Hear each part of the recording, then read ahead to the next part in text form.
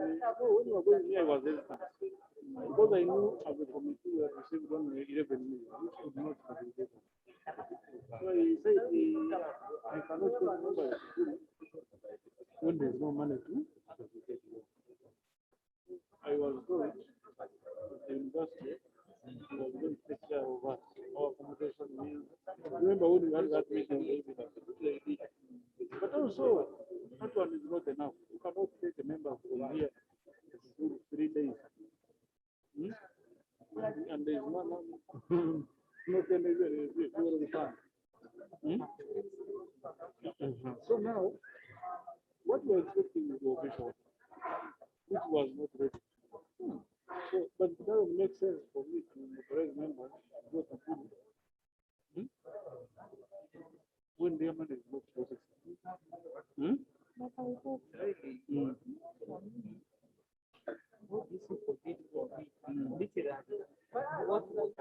make us stop cutting off? Now that they took it up. But they told that there was something else. And that is what I used to mobilize, especially for inoculation. Now that something disappeared. Whether the university closed it and somebody pushed it, I don't know. Whether it was not given, I don't know. Check. When I was operating, especially, Sound. I remember that information. Hello. I just from that. Otherwise, it was difficult for me. Just because they have Check.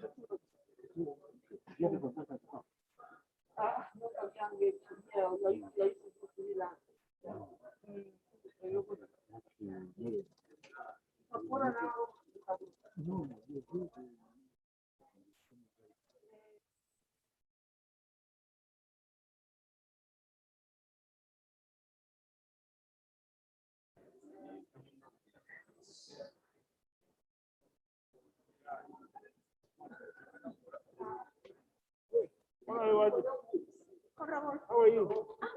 Hey. It's okay.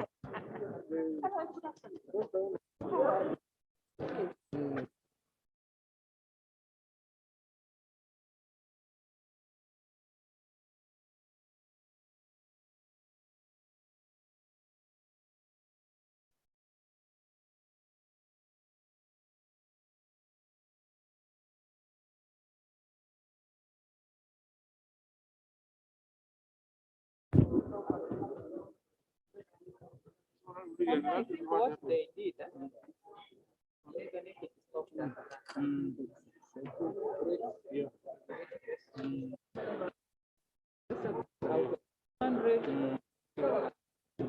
100, you can, but I need somebody that does what we need.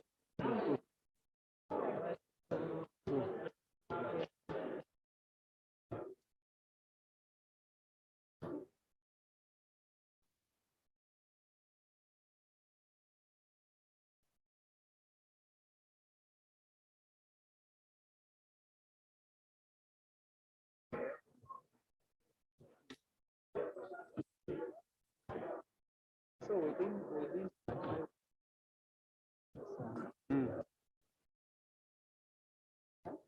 yes, what is the climate? He thinks so many things, even for them.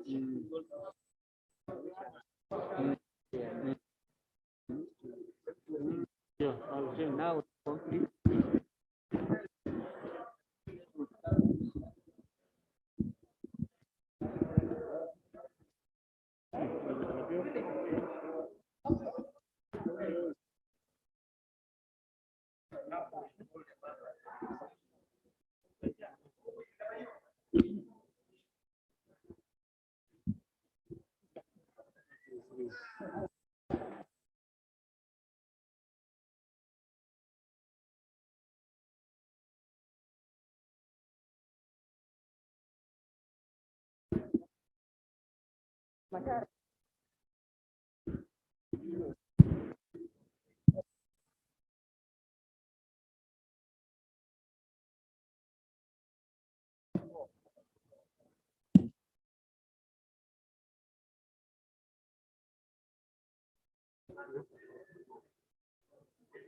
so. Yeah, it means that we have to control our talking.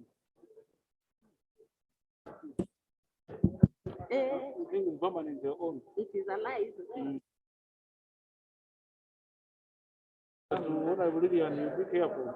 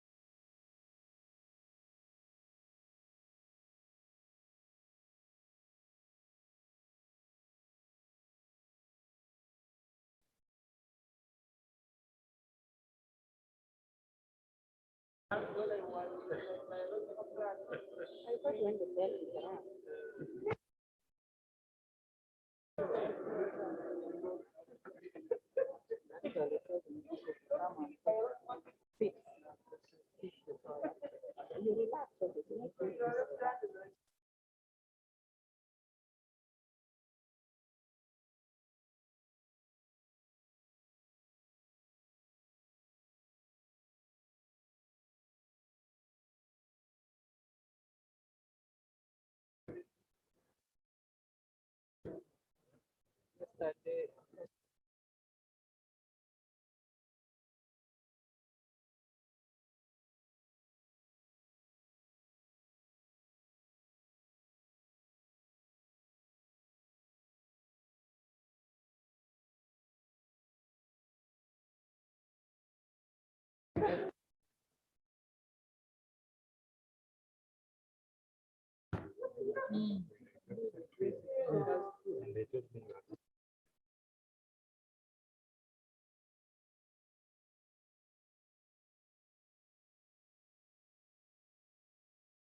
Okay.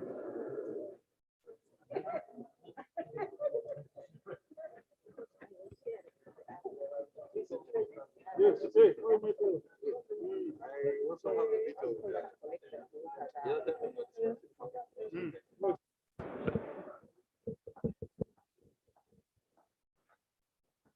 Honourable members, Mr. Speaker.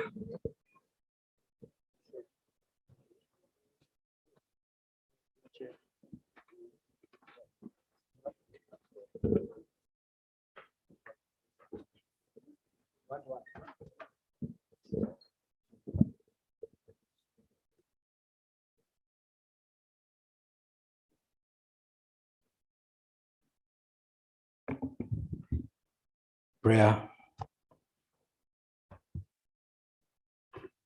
Almighty God, who in your infinite wisdom and providential goodness have appointed offices of leaders and parliaments for the welfare of society and the just government of humanity. we beseech you to look upon with the abundant favor of your servants, whom you have been pleased to call to the performance of such important trust in this land. Let your blessings descend upon them here assembled, and grant that they may, as in your presence, treat and consider all matters that shall come under their deliberation in so just and faithful a manner as promotion and glory, and to advance the good of those whose interests you have committed to their charge. Amen.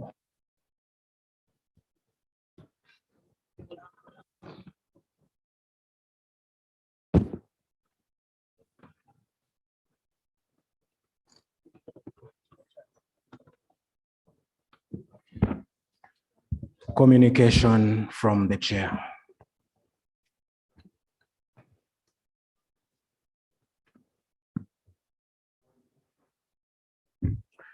Honorable members, I welcome you to this sitting. Welcome you to the new week, and thank God that we are here ready to transact business on behalf of the people of this country. Let's go straight to business, and the business will start by the urgent matters that honorable members would like to raise. Can I start from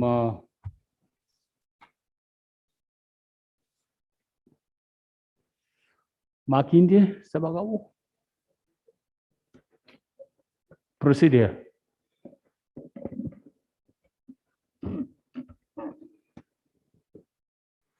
Thank you very much, Right Honorable Speaker. The procedure issue I'm raising relates to our two colleagues, the Honorable Alan Sewanyana and Honorable Segirinya. Mr. Speaker, as you are aware, they were granted bail, rearrested violently. The procedure issue I'm raising, when I came here, Mr. Speaker, I was given the Constitution and I took an oath to defend the Constitution. These two colleagues have been denied bail because the head of state has been threatening everybody that he wants them to be in prison. Yet they were granted bail under the Constitution because they are presumed to be innocent. Mr. Speaker, the procedure issue I'm raising in more specific terms, if the Constitution has been overthrown and the judiciary is going to be intimidated to work on the orders of the head of state, and he doesn't know, tomorrow you're going to be a victim. I was in the same prison cell with Jim Mwezi, Honorable. You will be there yourself. So therefore, the procedure issue I'm raising, the procedure issue I'm raising, Mr. Speaker. Point of order. I keep saying this. Point of procedure takes precedence only when they are raised at the same time. Order and procedure at the same time, procedure takes precedence. It doesn't mean that when you rise on a procedure and you violate any order, you cannot be called to order. Order. Thank you very much, Right Honorable Speaker. Right Honorable Speaker, honorable colleagues, members of Parliament. I give colleagues due respect, and I expect the same from my colleagues. Honorable Semuju Uganda has made it a habit.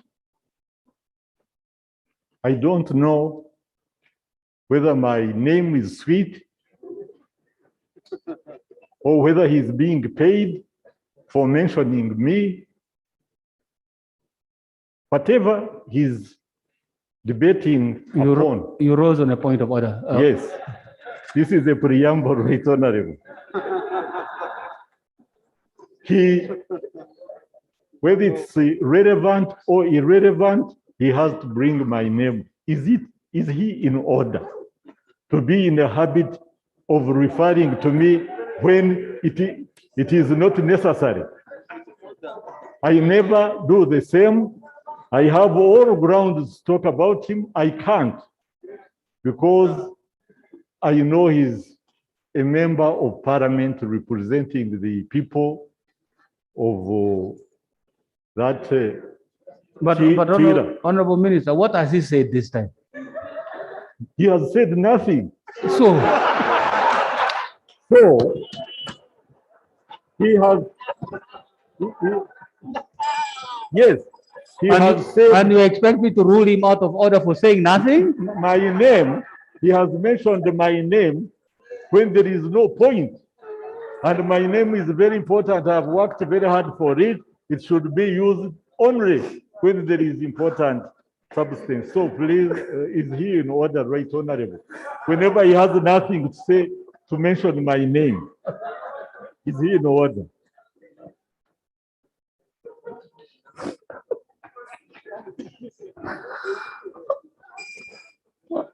The Honorable Member, the Honorable Minister said the person who was putting to order said nothing. Now, how do I rule him out of order? Right, Honorable. The point He mentioned your name. No. I don't mind my name being mentioned when there is a point. But when he's saying nothing, he shouldn't involve my name. Honorable Semude, please say something. Don't say nothing.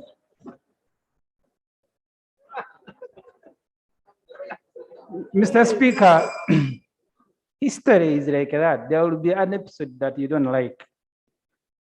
I was in the Maxon Bay in Ruzira, B2. I was arrested for walking. And when I arrived, the list remains. By the way, they keep records those Ruzira fellows. They showed me where Professor Gilbert Bukenya used to sleep. They showed me where Captain Mike Mukura used to sleep. They also showed me where Honorable Jim Wes Katugugu used to sleep. That is the history of B2 in Ruzira, and they remember details of each and everybody. If you want me to say something, they say when people are released, they leave their belongings for others, but for you went and picked back a 2-inch mattress. That they said.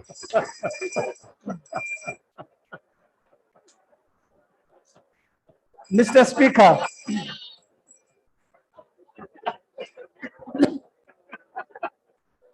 Mr. Speaker, before I was interrupted, the procedural issue I am raising relates to our respect to the Constitution. And because I was given the Constitution the day I arrived here as MP for the 11th Parliament, and I took an oath to protect the Constitution. The judiciary now works under intimidation that if you release people, you are in trouble, and that threat has been issued publicly. Mr. Speaker, that being one of the oaths that I took on the day I became a member of this Parliament, the procedural issue I'm raising, needing your guidance as the head of this institution, what do we do after finding ourselves in those circumstances? Thank you. Thank you. Honorable, there's nothing like that in the rules. Honorable members, I used to practice law. I remember I did a case in Jinja before then Justice Muchibi. I applied for bail 3 times and was denied 3 times. The last application that I made, the judge started marking my affidavits for grammar. And I asked him, sir, are we now in an English grammar class or are we still a court? He laughed, then he said, anyway, bail is denied. I did another one, several of them, I'll just give you 2. I did another one for a police officer I was defending before Justice Katutsi in the High Court here. And in the presence of other lawyers, he told me, Mr. Olanya, I have not actually been addressed on a bail application to that extent. The angle you have taken today is very impressive, but bail is denied. And he laughed. And all of us laughed because it was shocking the way the events were at hand. It is constitutional to grant bail. It is also constitutional to deny bail. Let's not politicize this matter sometimes, please. Let's accord respect to the institutions that function within the Constitution independently. That's what the Constitution instructs. And let us play our bit as well, without imposing undue pressure on other agents of government. We try our best behind the scenes to see that things are happening. But when we make it public like this, what message do we send to the rest of the country about our respect or disrespect thereof of some institutions of government? I think it might be good for us to try and always keep within these things. So thank you. Makinde?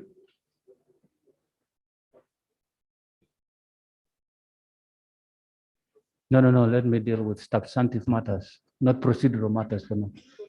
First, wait, let me first deal with these matters. You want to answer? Thank you.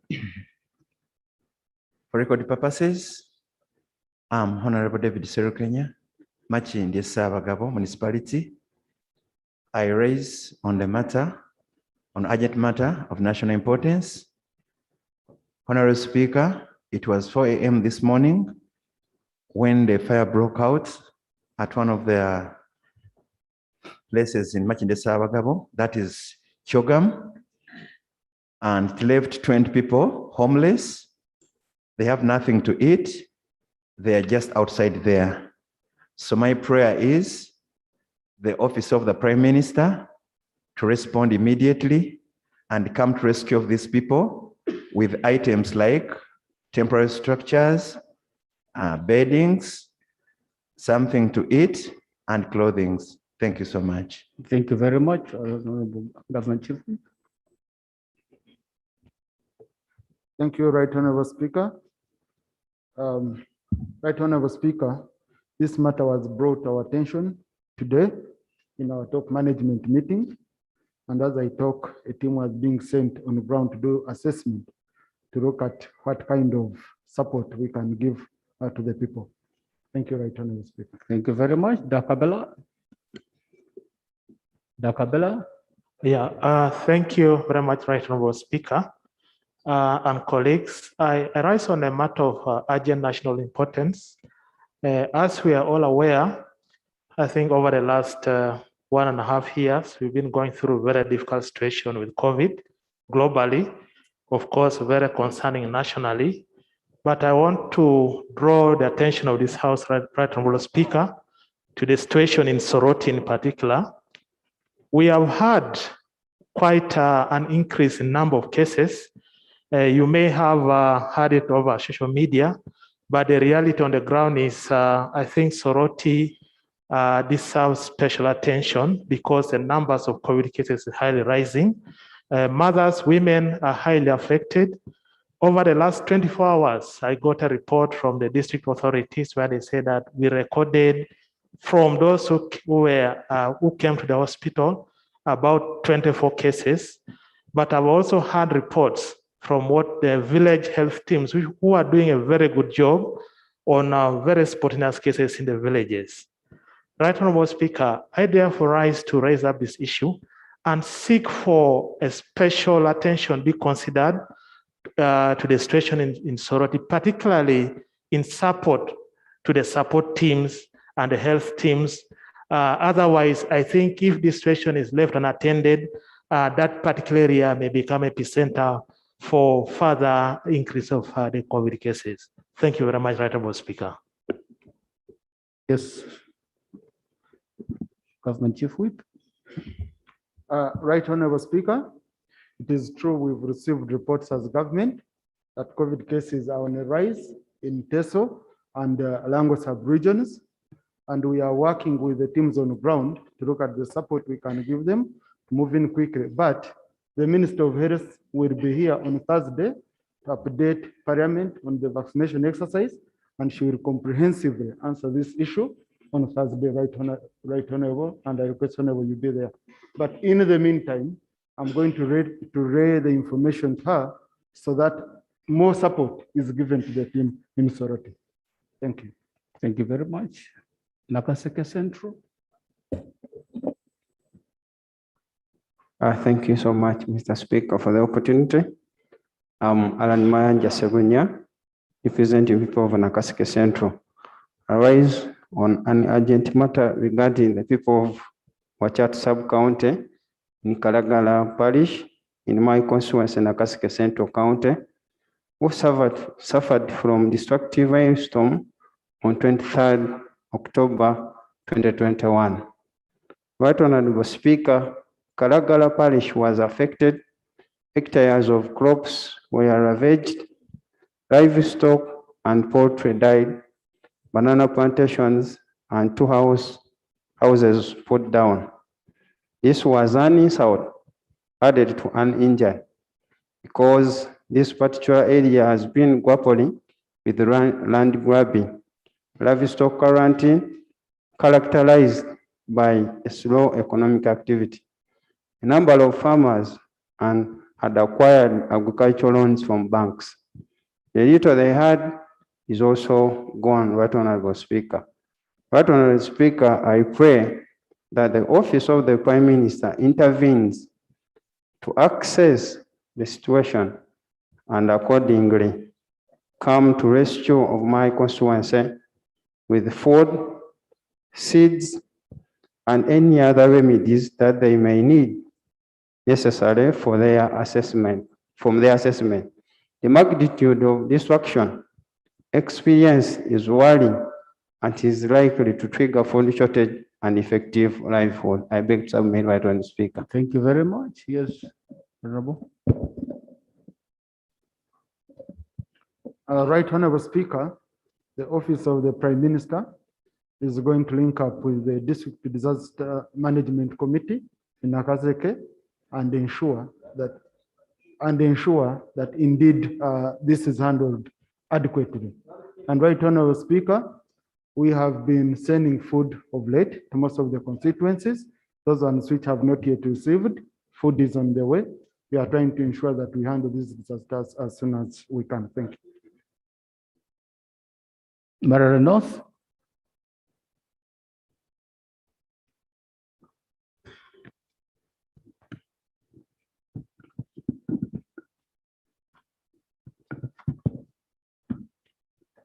Thank you, Right Honourable Speaker. I rise on an urgent matter of national importance. Like my colleague from Makindye, yesterday, Mbara City, traders in our city got a tragedy by their equipment, property being destroyed by fire. Right Honourable Speaker, the fire started at around 2 a.m. Unfortunately, we didn't have firefighting machine. The only one which we had or we have is down. We only had to get one machine from Bushenyi. Property worth billions was destroyed. Some of the traders had loans. They have petitioned us as area MPs. Others who are small scale traders, it is their only life. The numbers are almost 100 people affected. Lessons Mr. Speaker, if it happens in Makindye, in Bara City, some of us as entrepreneurs would want to recommend, maybe in the future, if you allow, Mr. Speaker, I would propose a motion here, instead of crying to government with equipment, with machinery, like other communities, especially the US, you find each county has voluntary fire brigade paid for by the neighborhood families. If you allow at a later stage, Mr. Speaker, sir, instead of us losing our property, we should have an enabling law. Like if you recall, the General Katumba, when he was IGP, he started this process through industrial area by business people buying their own mobile police trucks, which indeed helped them so much. However, because there was no enabling law, contradictions came up. You find a big person, an industrialist, who buys a truck pickup, tomorrow is involved in a case, it becomes difficult for him to be arrested.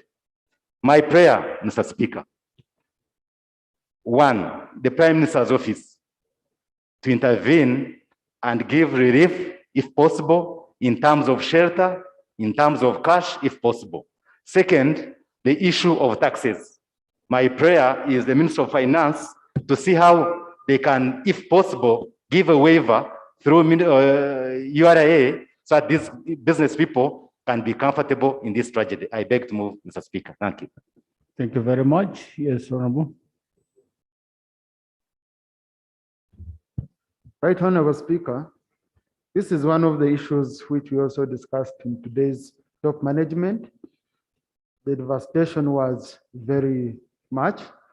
The only positive we got from that side was the building was insured, at least for the affected traders. Some of them will be compensated. But a team led by Minister of State for Disaster Preparedness, Honorable Esther Nyakun, is leaving from Barra tomorrow to make an assessment and see which kind of support we can give to the traders. I thank you, Right Honorable Speaker. Thank you very much. Procedure.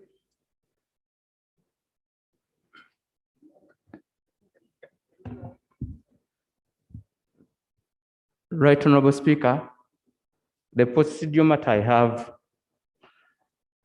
is about one of our colleagues, the Honorable Sagirinya. This morning, he has been moved from Maction Bay prisons to Mulago. And according to prisons, they are saying he's receiving some treatment called massage in Mulago. And he has been handcuffed in Mulago on the beds, one of the beds. And this is, I think, really unfair for a member of parliament to be treated in that kind of manner, yet is really entitled to be treated by this house. I think as parliament, we're not proceeding correctly when one of us is really suffering and rotting from Mulago in the hands of prisons. I think through your guidance, Right Honorable Speaker, we can get away how to help our member. Right now is in Mulago, rotting from there and receiving no treatment, yet it requires specialized treatment. I'm talking about this because it has happened to me before and I know what it means. I beg to submit, Right Honorable Speaker, but that's my procedure matter. Honorable members, procedural matters are about procedures in the House.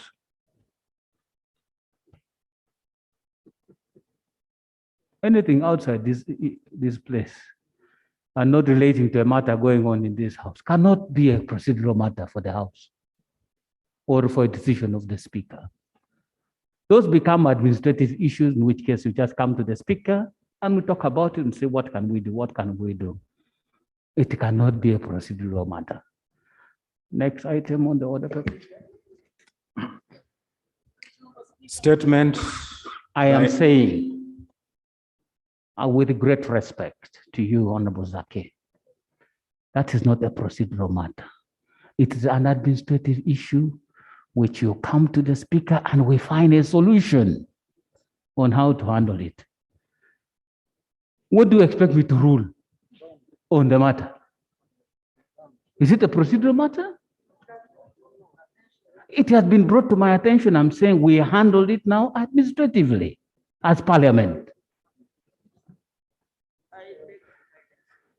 Please, let's proceed. Statement by Minister on the improvement of traffic control in Kampala City. Honorable Minister.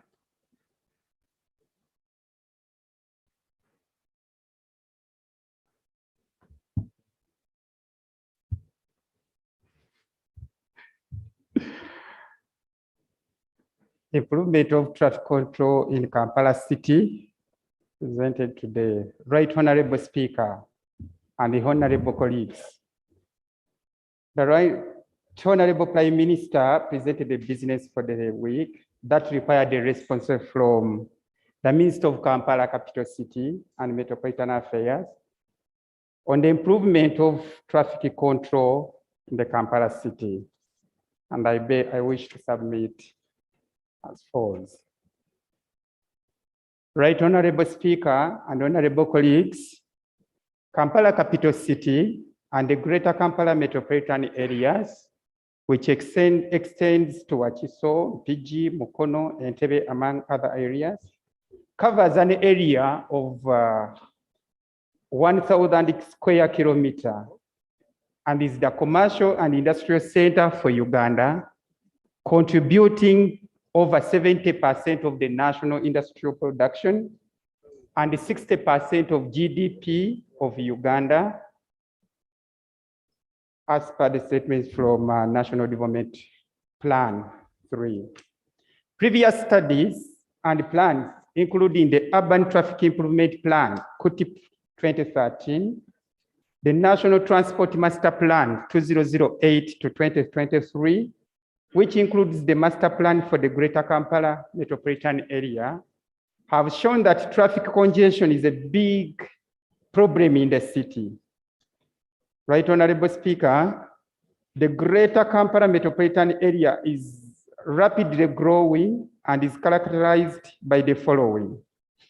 A population annual growth rate estimated at 4.1%, with a daytime population of approximately 3.5 million, of which 70% use public transport and mainly road transport. Honorable colleagues and Speaker, the above has resulted into an explosive growth in the vehicular population, that is borders and motor vehicles. It is also characterized by a transport system that consists of mainly heavy goods vehicles, taxis, motorcycles, private vehicles, bicycles, minibuses, buses, and non-motorized black walking. Taxis, or matatu, as commonly known, account for 21% of the number of vehicles in Kampala, transporting about 82.6% of the passengers. Right Honorable Speaker, the private vehicles contribute to 36.6% of the vehicles population in Kampala, transporting about 8.8% of the passengers. While 42.4% are motorcycles, commonly known as borders, and only transports 8.5% of the passengers in the city. The city, or the Greater Kampala metropolitan area, is also characterized by poor transport infrastructure. Kampala city alone has approximately 2,110 kilometers of the road network. However, only 642 kilometers are paved, while 1,460 kilometers are still unpaved. Right Honorable Speaker, in terms of vehicle capacity, Kampala's roads network was constructed for less than 100,000 vehicles in the 60s. And yet today, over 400 vehicles use the same roads. 400,000 roads use the same roads. Right Honorable Speaker, the roads in Kampala and the Greater Kampala metropolitan area, Game A, are narrow, and this is worsened by the fact that they do not segregate traffic. Largely, There are no specific lanes for specific vehicles. Right Honorable Speaker, the public transport by taxi matatu originates mainly from the taxi parks, which are located in the central business city.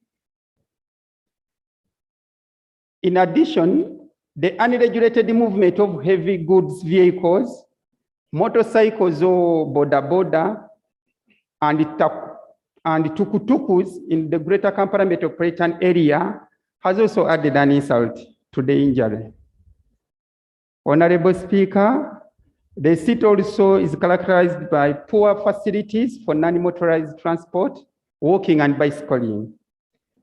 Largely, we don't have walkways or cycling lane. Bad road usage is very common. Stock behavior by drivers and riders who don't observe traffic rules and keep switching lanes, among other problems. Save for all those insultive words they can give you if you just try to warn them. Right, Honorable Speaker, the characteristics above mentioned are also invariably linked to other indirect factors such as land use partners, employment partners, income levels, car ownership, trends, infrastructure investment, and regional economic dynamics.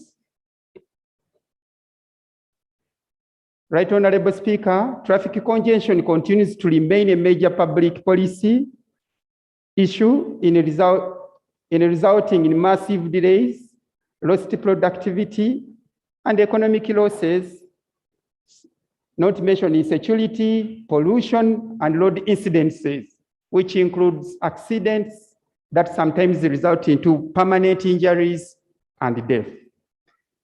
Right, Honorable Speaker, I'll call members to get interested in the pie chart, just pictures, to show you the categorization of roads, which I've just mentioned.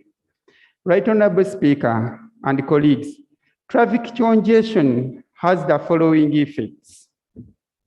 Congestion causes high and fluctuating fares in public transport. The most affected persons are the low-income earners, making up more than 40% of the greater Kampala metropolitan area population. These spend more than 20% of their gross income on transport. Also increases the cost of doing business in the city. The distribution cost of finished products is approximately 10% of production, which is against the best or the maximum best practices of 4%. And this is due to traffic jam and congestion. Honorable Minister, would you like to summarize this since we have them on the iPad? Thank you very much for your guidance. Procedure. Thank you very much, Right Honorable Speaker. Right Honorable Speaker, in governing Uganda, we have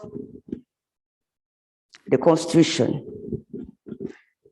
and I refer to Chapter 11, Articles 176, 177, 178, and many others under that chapter, that provides for decentralization as a basis for the governance of this country. In addition to that, Right Honorable Speaker, this parliament gave Kampala, and of course even the districts, enabling laws to implement what is provided for under the Constitution. And for this matter, I refer to the KCCA Act. The minister before us, Mr. Speaker, has a full council at KCCA. And the KCCA law was brought back here for amendment so that we could clearly define how governance in the capital city should be run. Mr. Speaker, the procedural matter I'm raising now is the minister giving us a report of what they discussed at KCCA? And procedurally, Right Honorable Speaker, are we moving well when the minister now comes here to tell us stories of lamentation about the running of the capital city? I don't know what he expects us to do. Instead of going to his council at KCCA and getting the approval of council, and maybe out of courtesy, comes back here and tells us, Mr. Speaker, are we procedurally moving on well when we take over matters for local governance and we discuss them here in total contravention of the Constitution of Uganda, the Kampala Capital City Act, and KCCA, and the Local Government Act, Mr. Speaker? Because for us in Mukono, we have a council. We don't expect the minister to come here and take decisions on behalf of the urban authorities of Mukono. Mr. Speaker, my question is, are we moving on well? Do we intend to take over the responsibilities of the KCCA Council that we have just given a new law to clarify on how business should be handled in the capital city? Right Honorable Speaker, I beg that you guide me. Locally, you are right. We are not proceeding well. You are very right. We are not proceeding well. Even the housing of the statement itself is not part of what the rules of procedure anticipated. Last week, we received a statement on the tarmacking of the taxi park.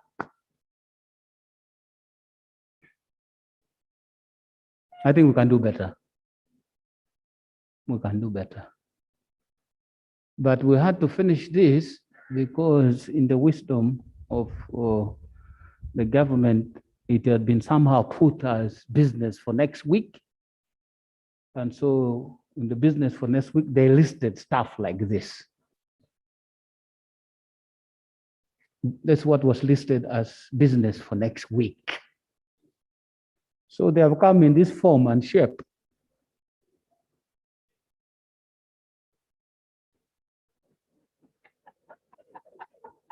Are you ululating? Well, then why don't you do it properly? Except the rules will not allow you to do that. No, honestly, because that's why I said, Honorable Minister, please try and summarize, because if we are to go through this entire statement in this form, it will not help us that much. It will not help us that much. So you fulfill your obligation on the instructions that you are given, give a summary and lay the document on the table, and we see how to proceed. It was initiated by leaders of this house, not the presiding officers, that this statement should come in this form. But I agree with the honorable member from Mukono municipality that would not be proceeding properly in this form. Honorable Minister, would you like to summarize?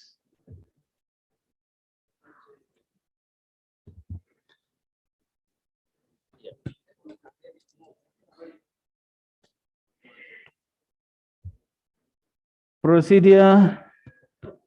Thank you very much, Right Honorable Speaker.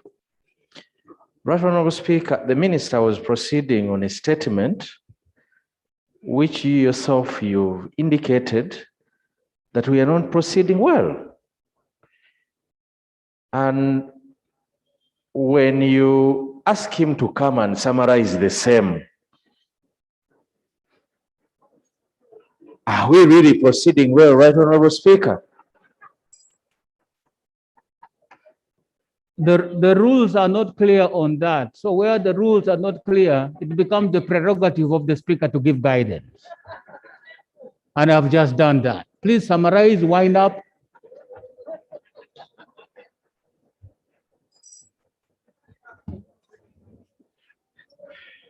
Right, Honorable Speaker and Honorable colleagues, the initiatives which my ministry in collaboration with other relevant MDs are doing to improve transport as follows. Gazetting of stages, stop for border borders, taxis and buses. We work with the leadership in taxis to thoroughly develop and implement fixed routes. Gradually introduce a fare collection system, starting with bus transport for the benefit of passengers. Creation and define 5 public transport zones, mainly the neutral zone, the eastern zone, the northern zone, the western zone, and the southern zone. And the central business district area will be a neutral zone where public transport vehicles of particular type from other 4 zones shall meet. Right, Honorable Speaker. In conclusion,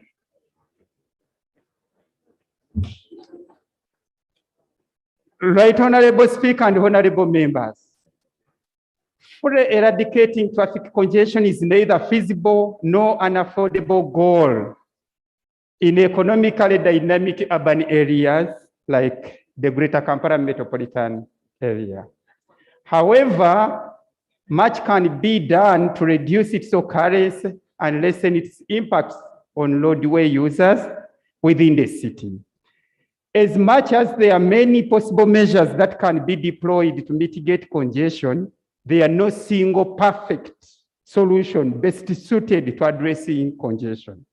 A combination of strategies is more effective in managing urban congestion in Kampala. Long-term congestion outcomes can only be delivered through a well-framed process that address congestion in all its aspects of the metropolitan area. Right, Honorable Speaker, that day when we left, I had 3 questions to respond. I beg you allow me respond to them, and we finished the 3 papers regarding Kampala. The question of how much revenue from the property tax has gone to road construction in the city,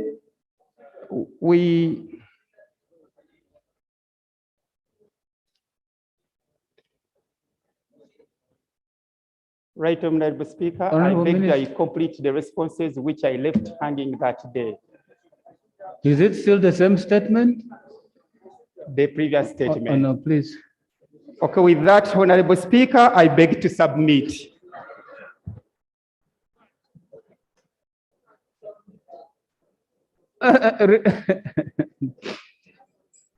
I'm really surprised to see the Honorable Seungu standing up, the Honorable Member for Honorable Selwanyi standing up to debate.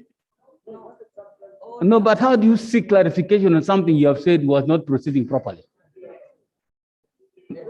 No, but then if it is procedure, you say procedure, then I deal with it.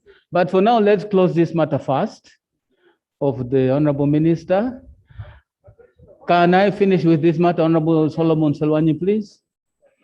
Honorable Minister, this is good. We'll refer all these matters to the committee responsible for this. They see what they can, how they can use these statements to enrich some of the information they'll be bringing back for this House for some decisions. Thank you very much, Honorable Minister. Yes. Procedure? Yes, procedure, Right Honorable. Right Honorable Speaker, I thank you for giving me this opportunity to raise the procedure matter. The procedure matter I want to raise. Right Honorable Speaker, we always come up as a house and we raise questions, we raise issues, like in the case of the minister that has just been presented here about Kampala. Right Honorable Speaker, if I am in the minister's shoes, And Parliament has asked me to come and give a statement. Parliament did not. Please resume your seat. I gave you the background. Parliament did not. Please. But I don't want to go into details of how these statements came, but Parliament did not. Parliament did not. So please, these things are done. Let's leave them that way, please. Next item.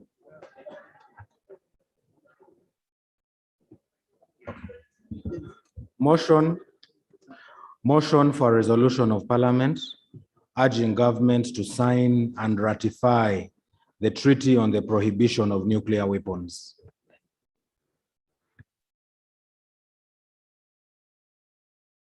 Honorable Mapenduzi Ojara.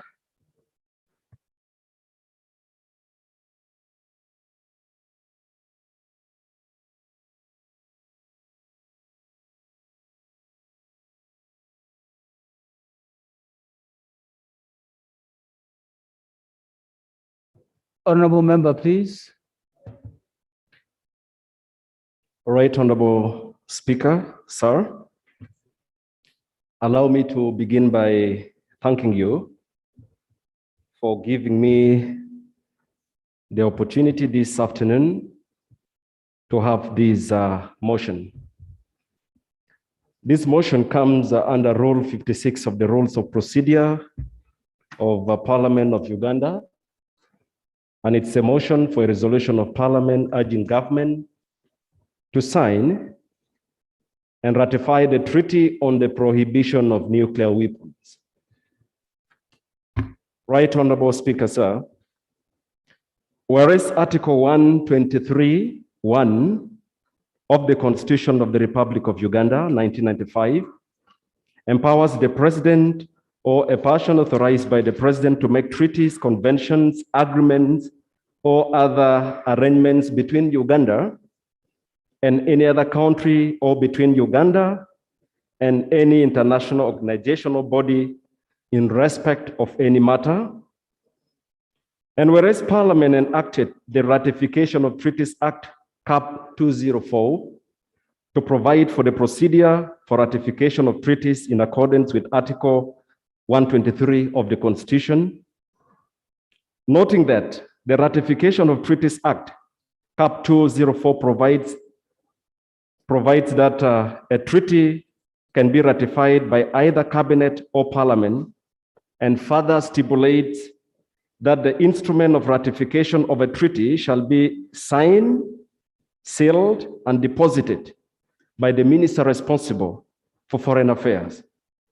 Recalling that in 2017, the United Nations General Assembly adopted Resolution 71 of 258, directing the United Nations Conference to negotiate a legally binding instrument to prohibit nuclear weapons, leading towards their total elimination.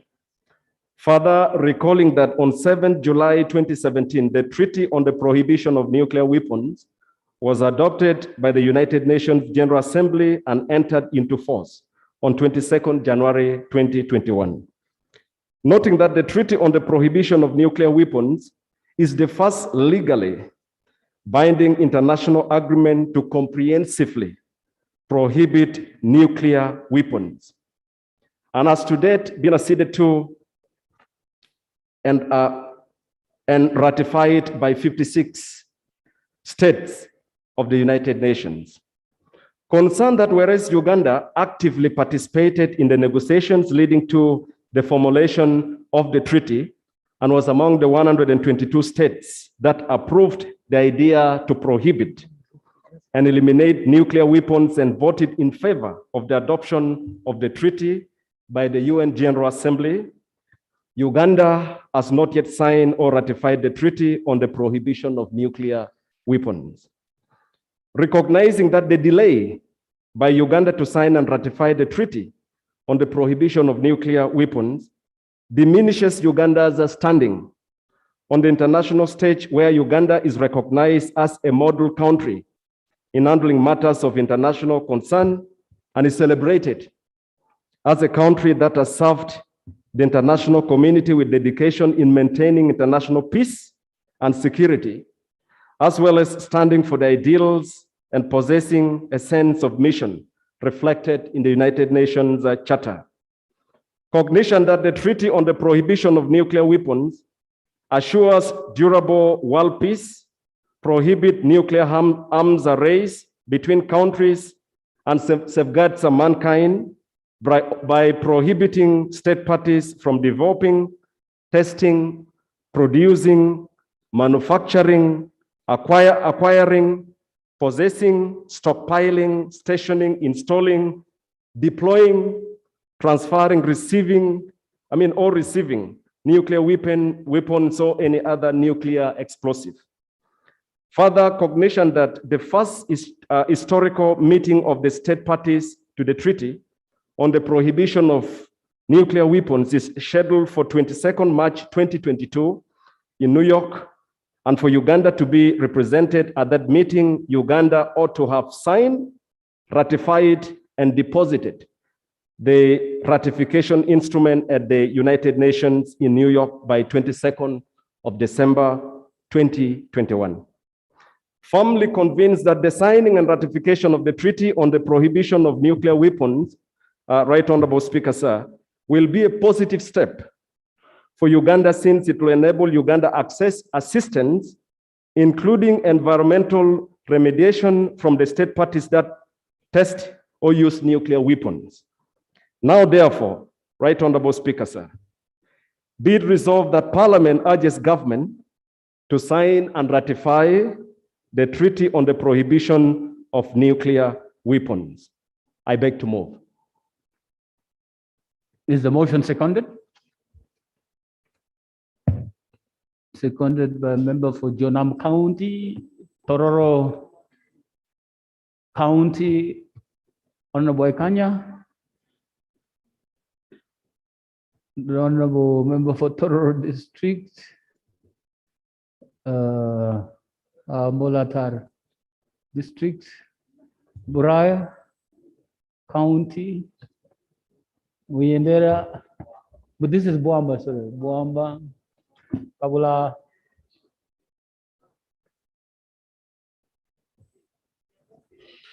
Masindi districts. Yes, would you like to speak to your motion? Duly seconded, yes. Right Honorable Speaker, sir, it is the responsibility of each one of us to make every possible effort to make the world safe and secure. Right Honorable Speaker, nuclear weapons are the most dangerous weapons on the planet Earth. Only one can destroy a whole city, potentially killing millions and jeopardizing the natural environment and lives of future generations through its long-term catastrophic effects. The dangers of such, therefore, arise from the very existence. Right Honorable Speaker, it is important to note that our country has had a bad history.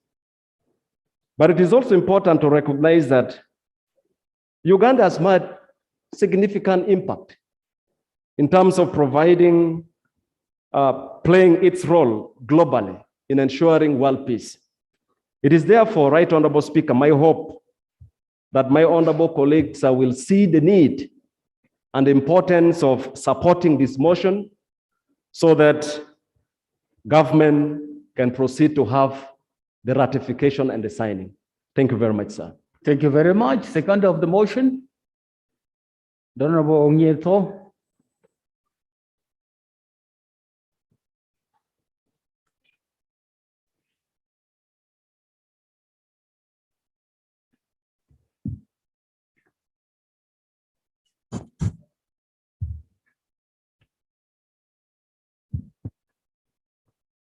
Thank you very much, Right Honorable Speaker, for this opportunity.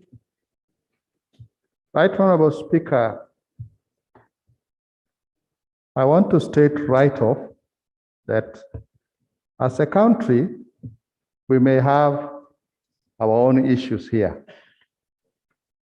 But like the mover of the motion stated, Uganda is known globally as one of the countries that promotes global peace.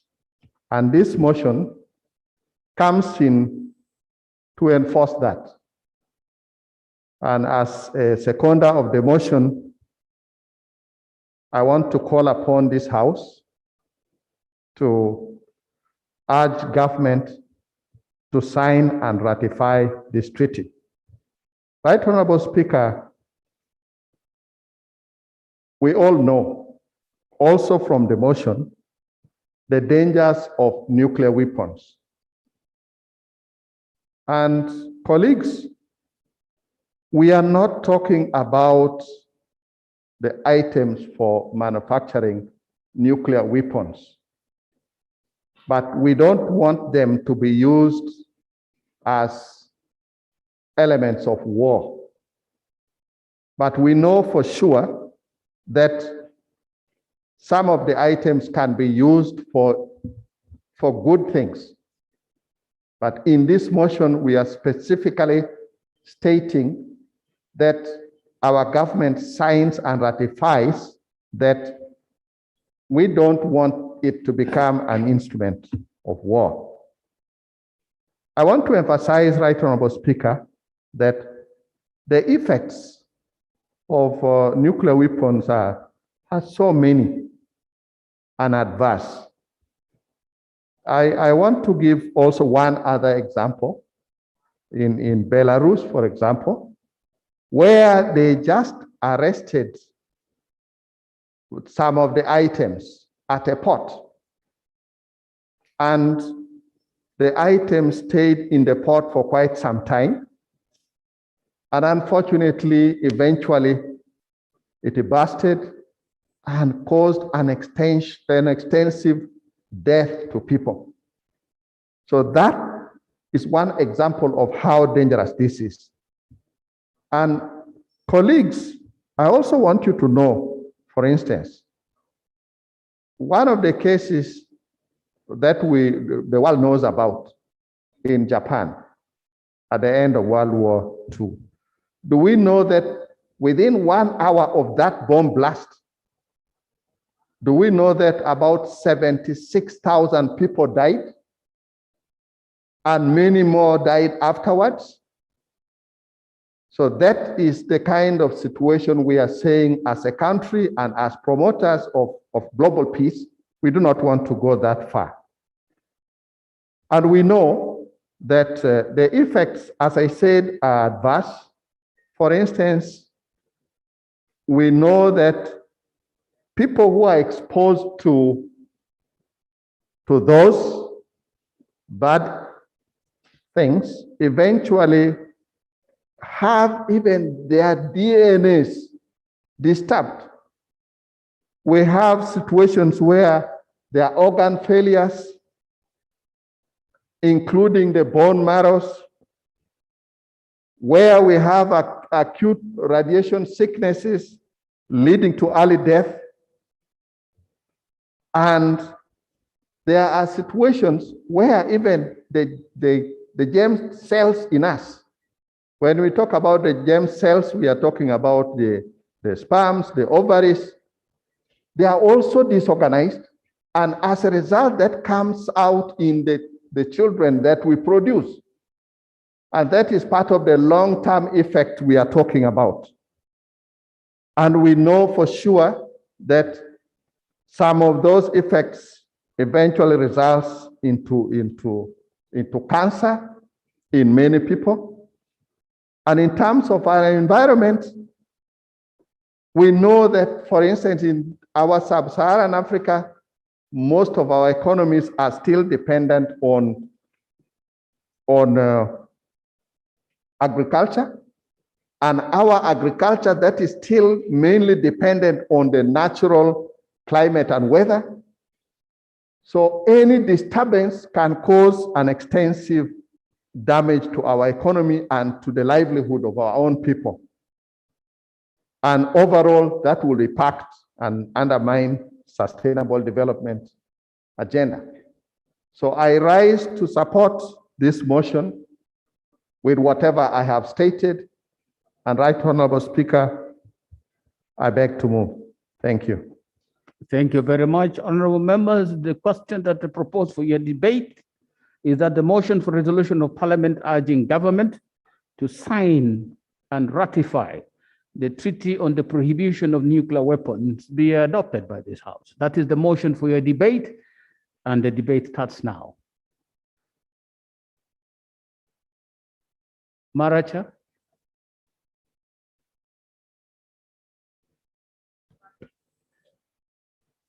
Thank you, Right Honorable Speaker. I rise to oppose the motion.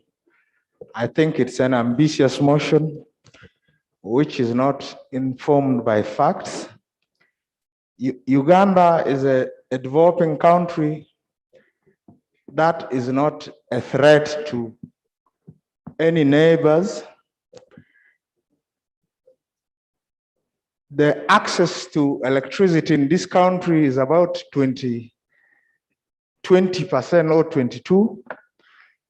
We must invest in research, and nuclear energy is a potential investment area, and that will require Uganda should be able to stockpile some nuclear materials. So to suggest without a socio-economic impact assessment that Uganda should go into ratifying things, I think this matter is a security issue which should have been studied by the security organs properly before we can commit a nation into this kind of treaty. Therefore, I would appeal to honorable members not just to be excited. Nuclear treaties are negotiated to curb ambitions of superpowers. So what do you want to curb in Uganda? What is your motivation for this kind of motion? I think we need numbers, we need proper study into this before we can commit Uganda. I think our leaders have not been silent for nothing. They have been quiet because they are still studying. So in the absence of such a study, honorable members, don't be lured into delving into matters people have not properly understood. Thank you.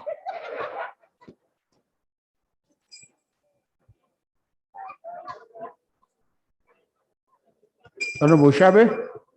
Thank you very much, Right Honorable Speaker. Right Honorable Speaker, we as a country in 2019 were informed by our Minister of Energy that we have very high deposits for uranium. And at that time, the Minister of Energy indicated that they're going to use it for energy power generation. Right Honorable Speaker, around 2020, there came a documentary, which most of us must have watched, that North Korea is having a plant, a nuclear plant in Kalangala. And that documentary was running on social media, and many of us could have watched it. Right Honorable Speaker, when such a matter comes on the floor, it's my humble opinion that the minister responsible first responds to some of these questions. One, about whoever is responsible should answer, what are our uranium deposits? How are we going to use them? Two, why have we not signed the protocol? Why has the minister not come before Parliament for ratification? Then, Right Honorable Speaker, it should also respond to such a serious allegation that we have a nuclear plant in Kalangala. And so that we as parliament, we hear from government, what is their plan? Why are they hesitant to sign a protocol that says we shall never use nuclear power for any purpose? We need to hear from government, right, Honourable Speaker. Then we know what they are up to. Why are they not signing? Why are they not ratifying? And what are they using the uranium deposits that we have in this country? Thank you very much, Honourable. Honourable members, just to redirect, it is the Treaty on the Prohibition of Nuclear Weapons. It is that clear. It is very clear. So let's not go, whether you're using it for power, it's not about this motion. Please. Yes, if it is for, well, if you're using it for power, it's not in this motion. It is nuclear weapons. Okay, so are we together? So let's proceed that way. Honorable Katshuma.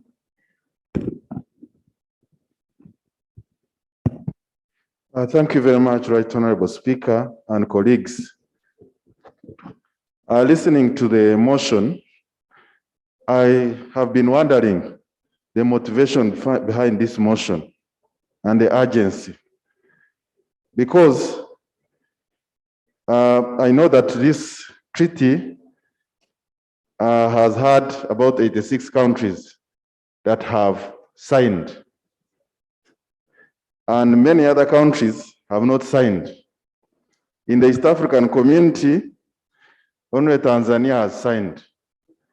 I think this motion needs to, the movers of this motion need to go back and engage government and find out what are the reasons for the delay. What is the hurry? Are there provisions, or is this treaty in line with our atomic energy council? I do not want to question the motivation behind this motion, but I think it needs to refer back, and members need to do more research and engage government and find out perhaps why Uganda and many other countries in the East African community have not ratified this. We might be here debating, but we need to hear from government why it has delayed. Otherwise, we are also wondering why are many countries, especially developed countries, seated on the fence on this treaty. They promote it, but when it comes to ratification, they are not signing. Why? So, what is the motivation behind our rush to urge government to sign? I beg to submit. Thank you very much.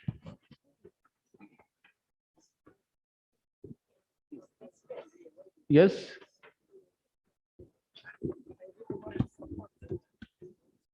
Thank you, Right Honorable Speaker. For the record, Muzari Martini, that is Muzaya. Right Honorable Speaker, the motion that is before us, ideally, Honorable Minister for Security, before you go, I thought it important that you speak about this motion, because we are talking about something that we don't understand well, and yet we have a minister here for security. Therefore, Right Honorable Speaker, I'm asking the Minister for Security, the General is here, okay, both. They speak about this so that they can guide us well on this motion. I thank you. Thank you very much. Mulatar.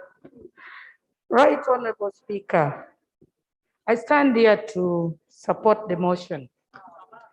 A nuclear weapon is just a bomb or a missile that uses nuclear energy to cause an explosion and death. As a people's representative, this motion is here to prohibit anything that can explode anytime and kill our people.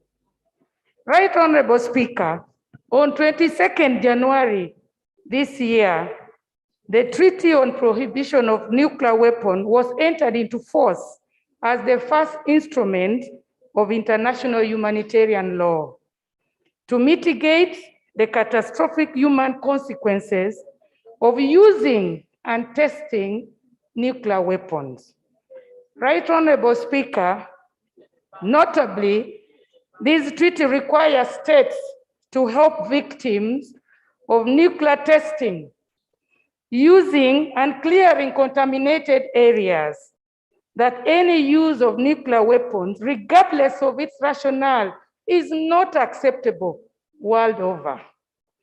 Now, the countries that have ratified this treaty stand very strong in terms of the international understanding of the law. As a people's representative, anything that affects the life of my people, I would really urge this House to support the motion that our country becomes the number 55 in the world to ratify this treaty, so that in an event of any explosion or anything in our country stands a better chance of being treated as one of the states that recognizes nuclear weapon as a very catastrophic issue to our humanity. I thank you. Thank you very much. Ujiri?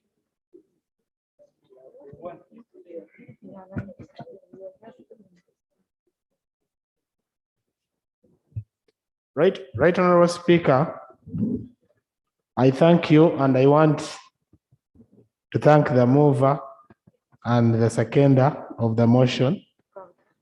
And I want to also join members to implore the House actually not to support this motion.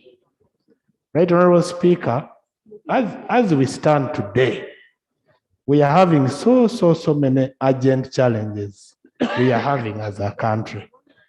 For us to come to Parliament and say that we are in urgent need, much as it is good to block nuclear weapons, but for us to bring this debate at this time, as if people are dying of COVID, we have issues of insecurity.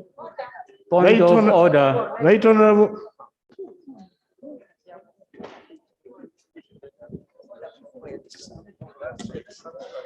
Thank you very much, Mr. Speaker.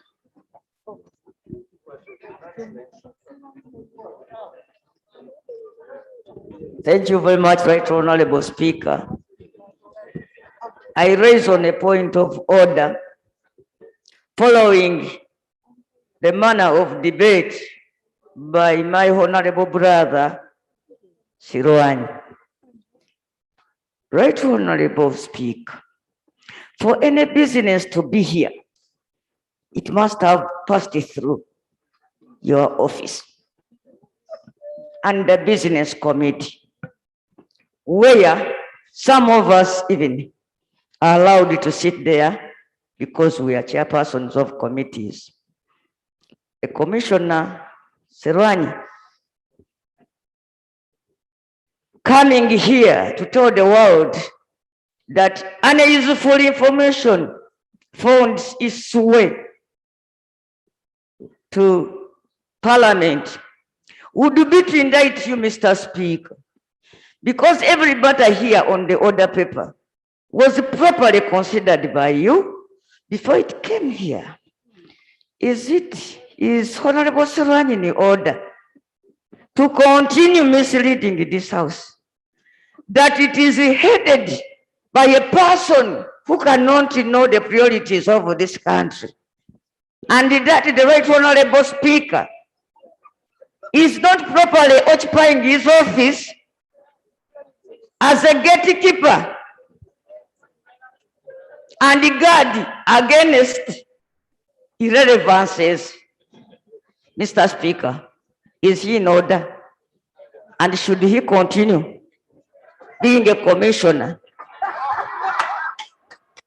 while facing to honor the office of the Speaker, Right Honorable Speaker? Honorable Member. It is not in order for a member of parliament to incite the speaker against another member.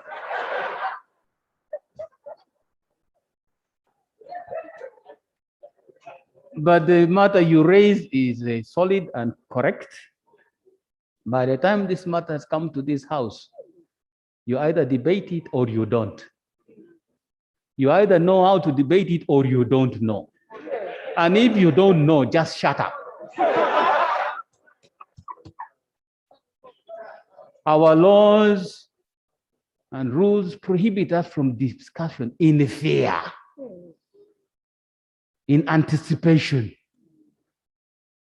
We discuss these things for the general good of the people of this country. Are they under threat from any use of nuclear weapons anywhere? We have Ugandans in the US, in Tokyo, in China, everywhere, all over the globe, there are Ugandans. Do we face any threats of nuclear weapons? Should we respond like other countries have? That should be the debate. If you have nothing to say, honorable member, don't rise. Would you like to speak properly now? Thank you, Right Honorable Speaker. Right Honorable Speaker, I was driving my point and Honorable Bachireke was trying to cut it in the middle and give a false impression. What I was saying, and I want honorable members to listen carefully. I was saying that much as it is important for us to talk about prohibition of nuclear weapons, I was asking members, is it something that is very urgent as of today? And this is my debate. Should we, as members of parliament, support this now? Because I'm imploring members of parliament who are for and against the motion, as me, and on behalf of the people of Bukoli Central. I think that this is something that is not very urgent.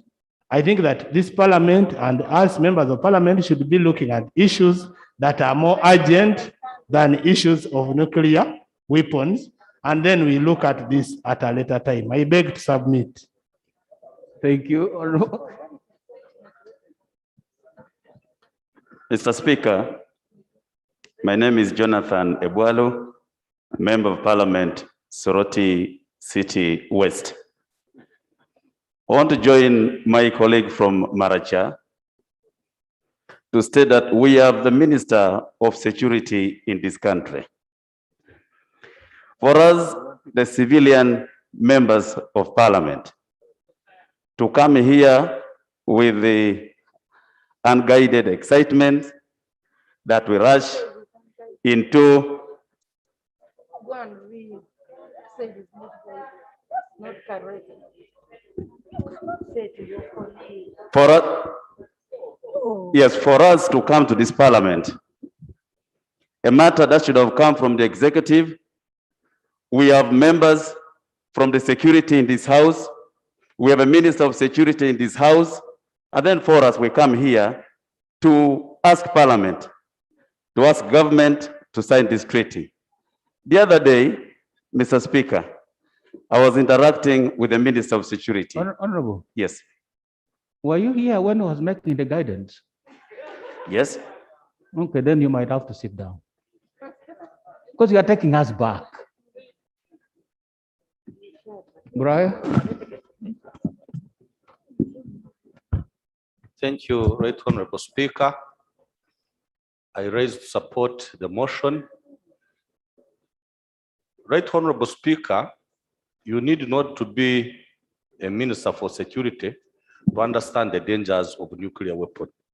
Nuclear weapon is synonymous with war, and they don't need to be a soldier to know the effects of war.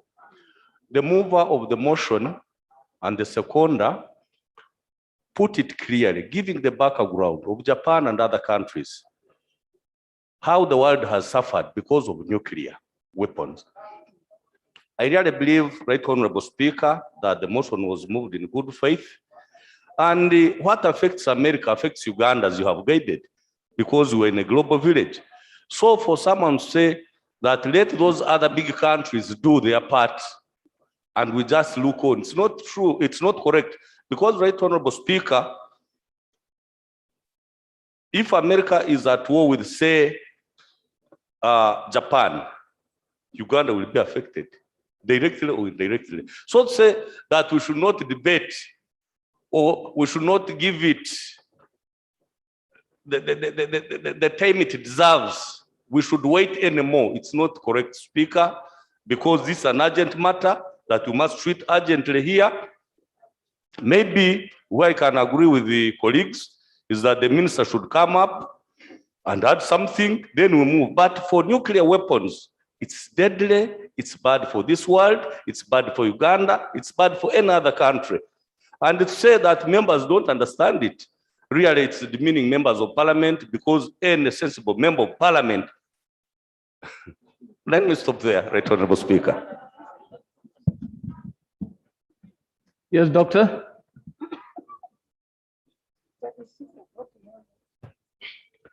Yeah, thank you, Right Honorable Speaker. I know for sure that one of the countries from which we can procure a nuclear weapon is the USA. And looking at the Congressional Budget Office, they are estimating that a single weapon, perhaps the smallest, would cost about 17 billion US dollars. That is money that we don't have. Even when we are to save, it will take us years to get this kind of money. But over and above that, maintaining a nuclear weapon is expensive. Disposing of waste in the event that we do not use it for the period that is supposed to be used is extremely expensive, because they do this in a sea, and Uganda is not surrounded by any sea. Right Honorable Speaker, I'm overwhelmed with this motion. To the same extent, I would sit in a sub-county council and councillors are debating on whether to buy a plane or a helicopter for their LC3 chairperson. I do believe that the countries that are pushing us towards signing this treaty want to be, to build up numbers. Let us look for the incentives behind signing. Let's discuss the incentives, whether they are reducing our debt, and then we sign. Thank you. I beg to submit. The rural district.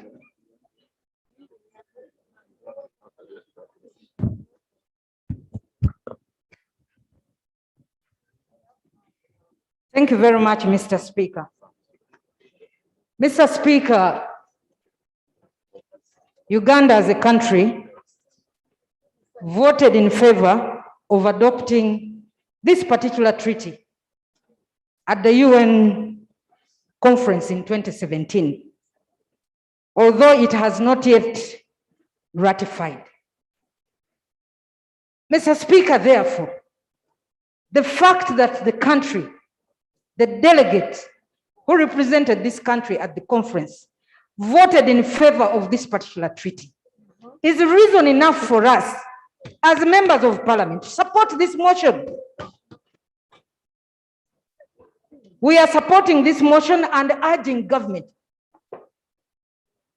If government feels otherwise, it will come back to us as parliament and tell us, no, although we supported it, we have now changed. But we don't know the reasons, Right Honorable Speaker. And Right Honorable Speaker and colleagues, I just want to appeal to you, members. Currently, we are struggling with bombs everywhere. Tomorrow, you never know, those nuclear weapons may find their way here. This particular motion being moved is a motion that should not go, is not being moved in vain. It is urging government.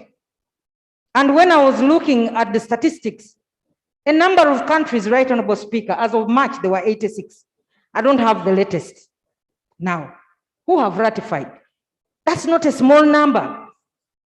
We all know, Right Honorable Speaker, that nuclear weapons have an adverse effect if they are not controlled.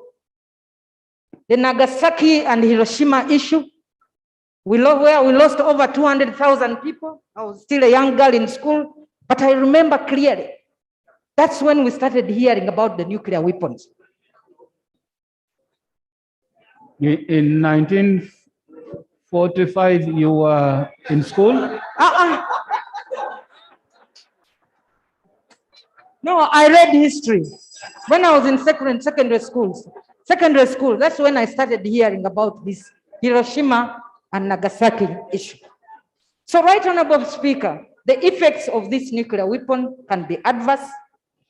This particular motion is well-intentioned, and we all know that the spread of nuclear weapons and weapons technology, the objective really is to promote cooperation in a peaceful way. There can be nuclear weapons, but they must be used in a peaceful way and controlled. And therefore, Right Honorable Speaker, I wanted to move a motion because I don't know, the front bench, I was hearing the people pushing the minister. These treaties concern majorly the Minister of Foreign Affairs, who is supposed to be moving. Once a decision has been made at such conferences, the Minister of Foreign Affairs is supposed to bring this to cabinet, cabinet approves, and then it comes to the floor. So, Right Honorable Speaker, I want to move that we send this particular motion to the relevant committee so that the committee can interface with the relevant government ministries to understand why since 2017 they have not yet ratified. And then they can report back to the House, and then we adopt, if we are to adopt. I want to move, Right Honorable Speaker. Thank you. Thank you. Honorable members, may we understand that not all treaties should come to Parliament to complete the ratification process. We adopted a dualist system of ratification. Treaties that don't affect our constitution is ratified by cabinet, and it ends there. We receive only for information where necessary. Treaties that seek to alter the foundation of our constitution or in some way suggest an amendment to the constitution, those treaties can only be ratified by Parliament. I think there was a case in point, the Rome Statute, the Treaty of Rome, which created the International Criminal Court. It had some discussions about immunities and privileges of leaders of countries. So when it came, the ratification had to be done by Parliament, and the exception on the issue of immunity had to be created by Parliament in the law. So that is the system that we adopted as a country. But there's a motion that had been proposed by the member for Procedural District that instead of discussing it without sufficient background and interaction, it might be a good idea to refer this matter to a committee responsible for this, to interrogate it further, interact with the people concerned, ask questions, get answers, and come back to this Parliament. And then we proceed to conclude with our discussions on the motion and possible adoption of the motion. And I see the Minister of Security nodding very, very seriously. I suspect he's in support.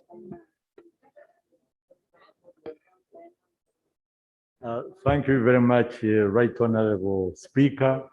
I'm in support that we give time to this motion, and referring it to the committee, I think is the right, would be the right decision, so that the relevant government ministries could put in their ideas and we move together. Thank you very much. Is that the position, honorable members? Yes. If that is the position, I don't need to have a motion adopted to that effect. It's within my powers to do that, and I'll do just that. Honorable members will refer this particular motion to the committee responsible for this sector, Committee on Foreign Affairs, and they will handle it in detail and get back to the House, and we have a final and complete debate on this matter, and we take a decision on the text of the motion they would have proposed. Thank you, matter referred. Next item, procedure. Ratification you, is Right the Honorable Foreign Speaker. Affairs. Thank you, Right Honorable Speaker. Right Honorable Speaker, I'm happy this matter has come up. There are so many international meetings that Uganda attends on our behalf, of course. And there are also parliamentary forums where we are members. And in those forums, such agreements, treaties, and resolutions are made. Now, Right Honorable Speaker, I think it is also important for the Ministry of Foreign Affairs and the relevant ministries to let us know what are the international treaties that Uganda has entered into, which require ratification, which require domestication. So we need to know all that. So, Right Honorable Speaker, now that this has come up, can we also be informed so that we understand where we stand in some of those international commitments? Thank you. Thank you very much. I wish it could come as part of the recommendations from the committee so that we can adopt it rather than a ruling from the speaker. Thank you. Next item. Item 5, responses by ministers to urgent questions. Item 5A.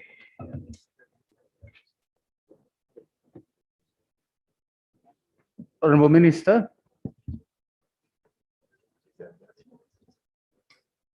Right, Honorable Speaker and colleagues. The question was asked on adverse effects of prolonged electric power outages in Maogola South. And it has actually been on our agenda for a very long time. And the question was asked by Honorable Namuga Goreti, MP Maogola South. And the question was concern about the adverse effects of prolonged electric power outage in Maogola South, crippling several businesses amid threats of security in the area. The Ministry of Energy. Honorable Minister. Yes. Has the power situation been rectified? Has the power situation in Maogola been rectified? Yes. That is the whole answer we need. So the answer is the power outages in that area were actually sorted out way back on 29th September. And there is no more power outages in that area. Thank you very Honorable. much. Next item. Item 5B. Yes, supplement matter, yes. Thank you, Right Honorable Speaker. My name is Goreti Namuga, the area member of Parliament from Maogola County South, who asked the very question.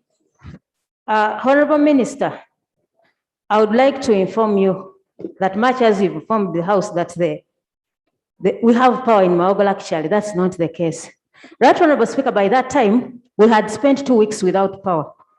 Was it rectified? It wasn't rectified because now it is 1 hour on, 8 hours off. No, that's another so matter. We cannot say that it is on because the effect of business is being interrupted. Right Honorable Speaker, we are talking about consistent provision of power connection. Umeme needs to explain to the people of Maogola, why is power on and off? You have power for 1 hour, power off for 8 hours. Right Honorable Speaker, through you, is Umeme really powering Uganda or not? No, really, honorable members. The question was, the question was, this place has suffered without power, and as a result, there was insecurity. And we asked the minister to deal with it. Was the matter dealt with? And the answer seems to be yes. The answer seems to be yes, except now that there's a new problem. It is on and off. That's a new matter. That's a new matter. It's now on and off, but it is there. So, Honorable Minister, is it by your operations that you give 1 hour and then you turn off? Right, Honorable Speaker, that's a new answer, a question which we can go back to see how we can rectify it. That's a new question. Otherwise, it was rectified. The problem she raised was rectified. So I will investigate and then give her an answer. Thank you very much. Thank you. Item 5B. Honorable Minister.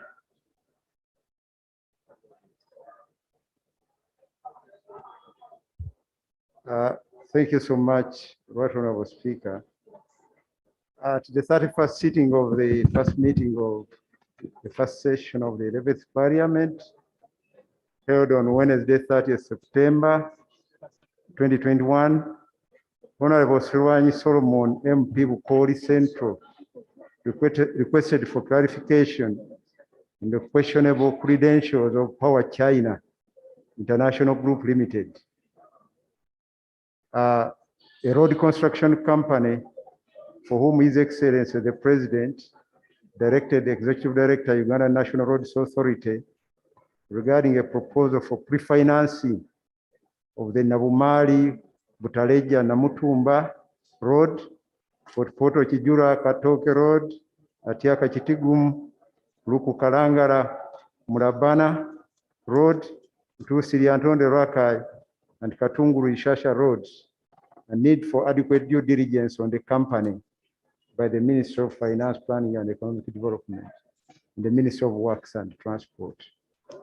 I wish to clarify as follows, Mr. Right Honorable Speaker, that we wrote to the Chief Representative of Power China International Group Limited on 15th July 2021 and informed them that we are still studying their proposal in view of the country's debt to GDP ratio status.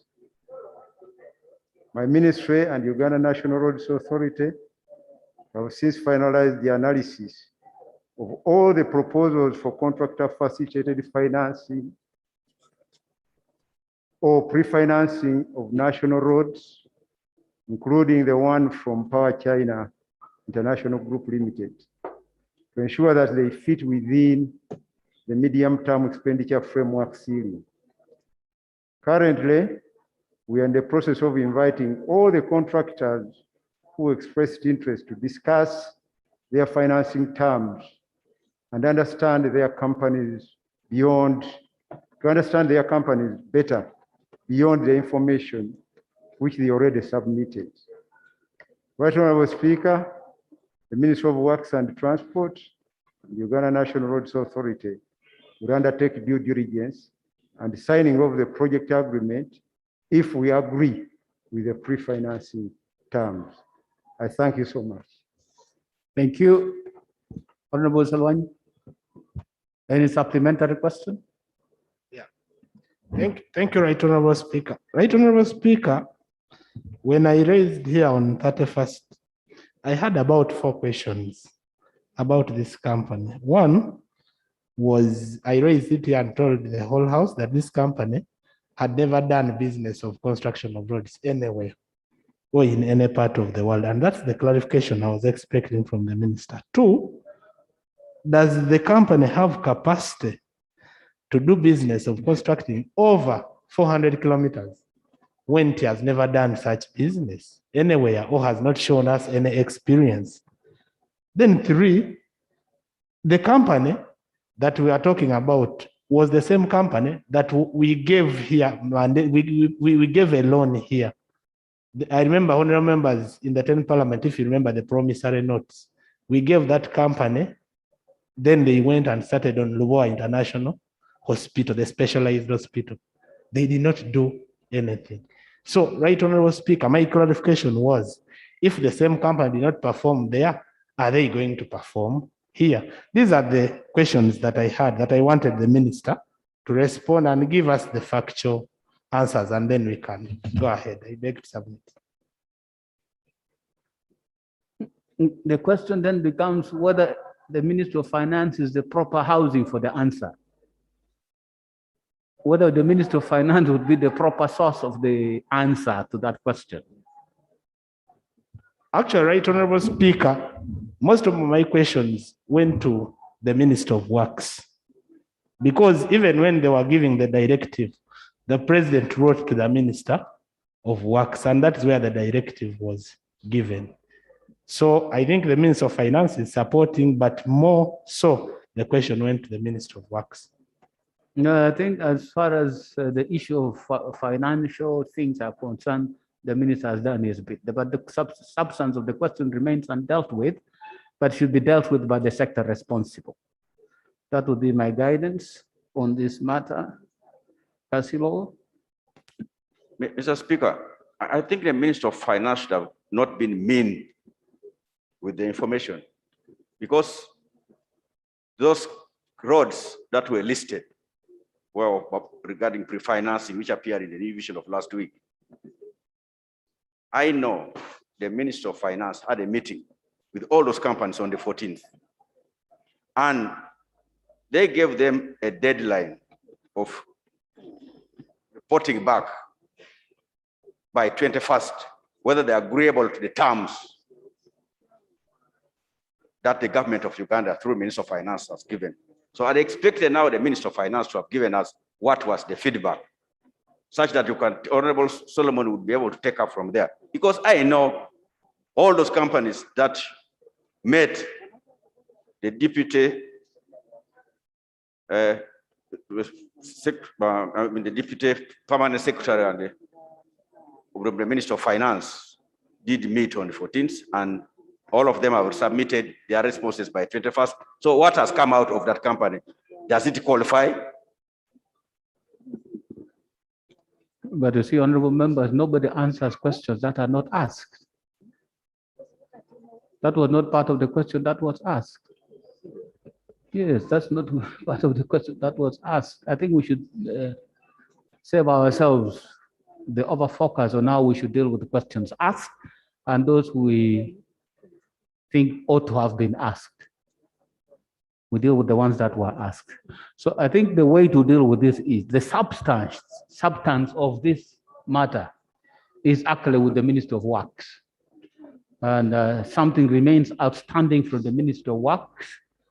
And the guidance here is that I see UNRWA, I see, so it's really Ministry of Work. So I think they should come back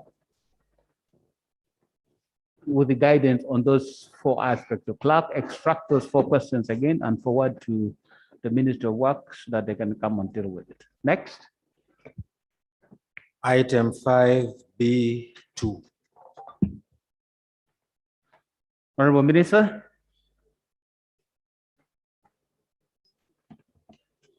Right, Honorable Speaker. Procedure, Speaker. Mr. Speaker, I see the Minister of Internal Affairs running out. I thought, Mr. Speaker, the issues that happened the last 4 days. Honorable Member, what have you just done? I was saying on procedural matter. You accessed the microphone and started speaking even without the speakers. Sorry, sir. Because it's just because I saw the minister run away at that speed, no, and given the matter concerned, but I'm sorry, sir. Would it not be better to say the Honorable Minister was walking out?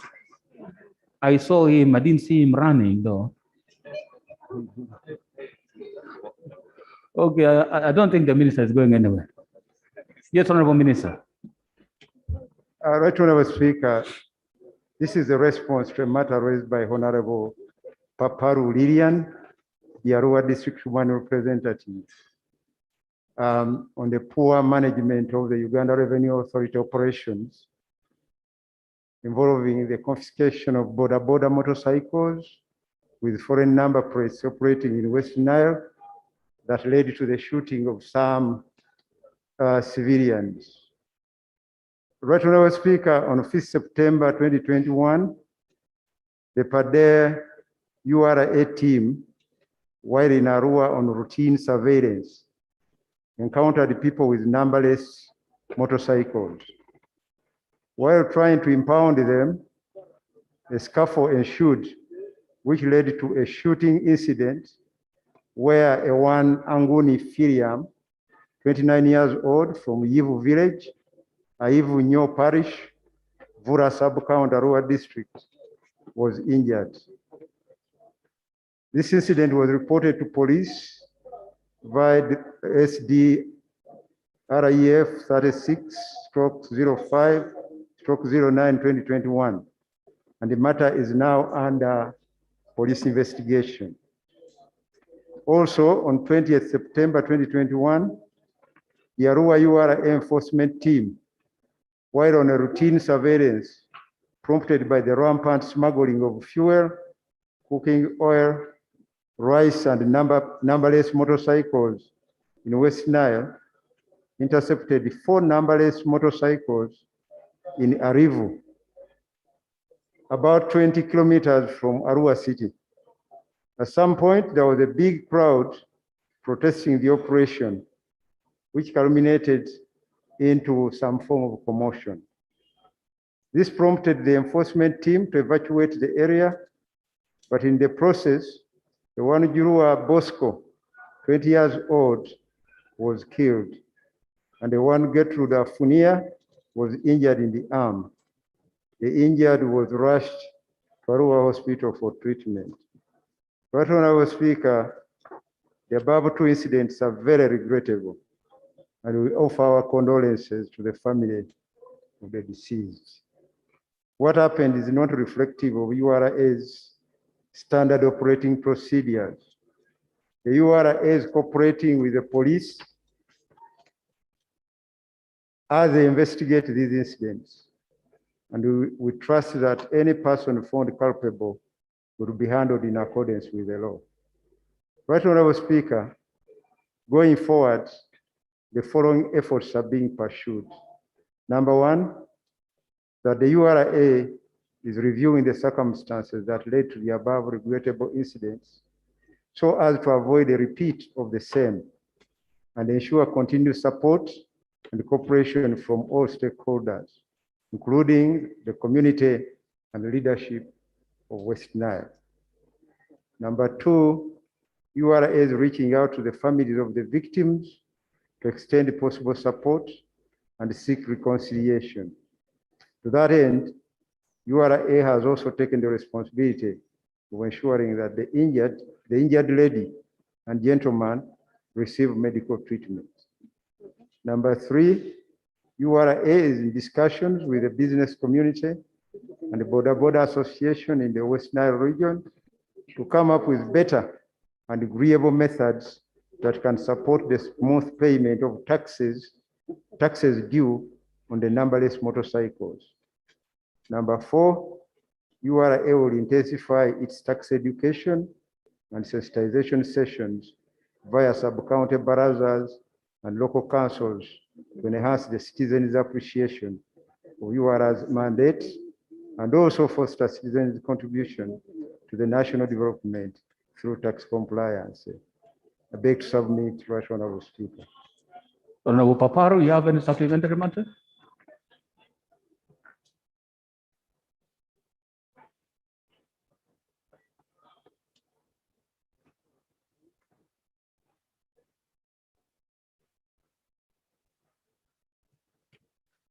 Thank you, Right Honorable Speaker. I want to thank the Minister for the response, and I pray that the action points will be implemented. My regret is only that the first feedback of what he got in the investigations, some are not true, because they are saying that there was a rowdy crowd and that is how the shooting happened. That is very unfortunate. And if the community would hear that, they would regret to hear such a statement, because this shooting was early morning when actually there were only very few people in the trading center, and just firing a machine gun at ordinary civilians in a local trading center was really regrettable. But we pray that these action points will be put to practice, because the situation is still not good. And I think URA in West Nile is not operating the way it is planned, because there are certain areas they cannot even reach to at this moment. Thank you. Thank you very much. Next item. Procedural. Thank you, Right Honorable Speaker. I rise on the procedural point. Right, Honorable Speaker, concerning the foreign number plates in this country, my district borders South Sudan, and we have so many motorcycles that come from South Sudan. And when it reaches Uganda, right, Honorable Speaker, to change the number plates to Uganda number plates is extremely very expensive. And the way URA is taking the border people who are crossing from South Sudan to Uganda is not all that good, right, Honorable Speaker. I'll raise on a real procedure, right, Honorable Speaker. If it is procedural, okay, you direct the Honorable Minister to instruct the URA so that the amount charged on the change of number plates in this country should be the same like someone changing the number plates from the foreign countries. Our people are getting a lot of problems in changing the number plates, especially when it comes from other countries, Honorable Speaker. Honorable Minister, would you like to add that on your action points? It's not technically a procedural matter, but it's a matter that requires action from your side. Right, Honorable Speaker, I think it is understandable. It's important that we look at the tax currently imposed on these. And it should be a general review. Yes, we shall review, we shall look at this matter and examine whether we should reduce on the amount of money that is involved to alleviate the problem. Thank you very much. Next item. Item 5B3.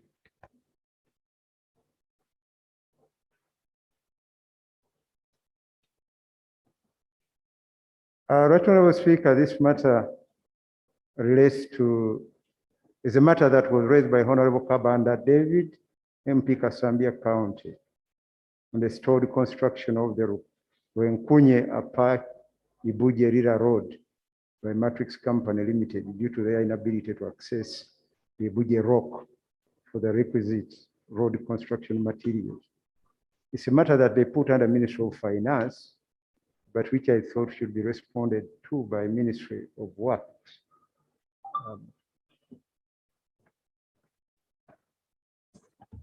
Right, Honorable Speaker, in this matter, the Minister of Works, General Katumba, is holding a meeting with local leaders in Mirira on 30th of this month to come up with a solution, and he requests that he reports after that meeting.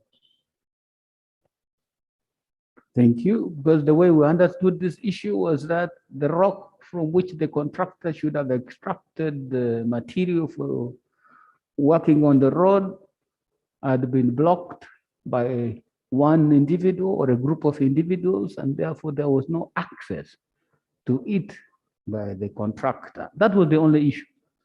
It had nothing to do with the performance of the contractor or anything. So that means the communities and the leaders needed to come together and solve these matters, that access is granted to the contractor to access the rock and do materials, which they will not be getting for free, I'm sure. They'll be paying for it. Thank you. Yes, Casilo, clarification from the speaker. Procedure. Procedure.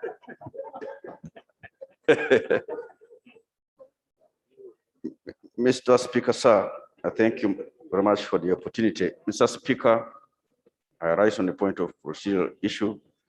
Following the events that caused a loss of lives on Saturday and yesterday, I was wondering whether it was not procedural right before we adjourn today for the government, especially Minister of Security, Minister of Internal Affairs, to give a statement to the country regarding those events, because we don't know whether they're going to recur.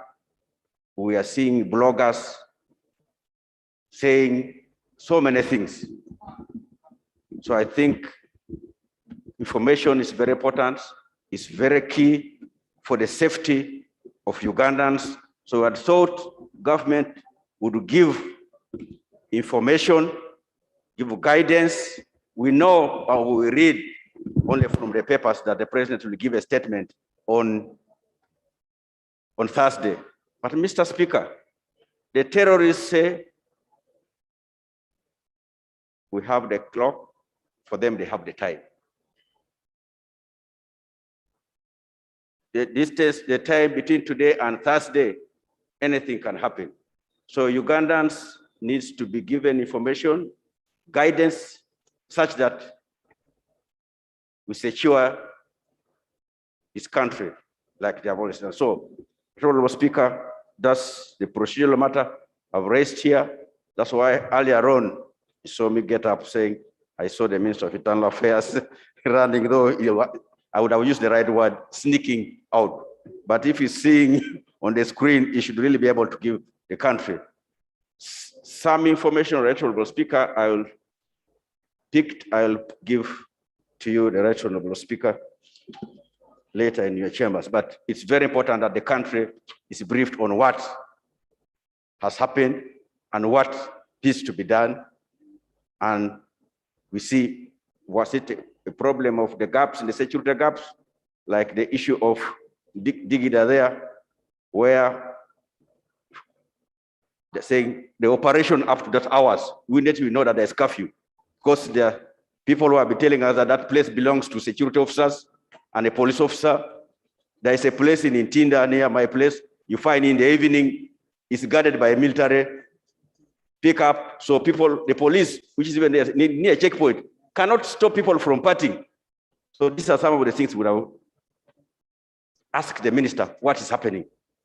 In Rubaga, it's a similar situation. There's a place which is always, you find a pickup truck of police and the army packed outside, people are busy partying inside. So we needed this come out from the Minister of Internal Affairs and of Security. Thank you, Honorable Speaker. Thank you very much. Ordinarily, it will require no prompting. When there's a situation that requires the government to give confidence to people, it should be automatic without prompting. And I'm sure the responsible people are getting ready to do this. Or rather, I hope they are ready to do this. I see the Minister of Internal Affairs here. I see Her Excellency also here, the Vice President. So you might want to, but if you are not ready, you don't have to. But if you want to say something about this, please.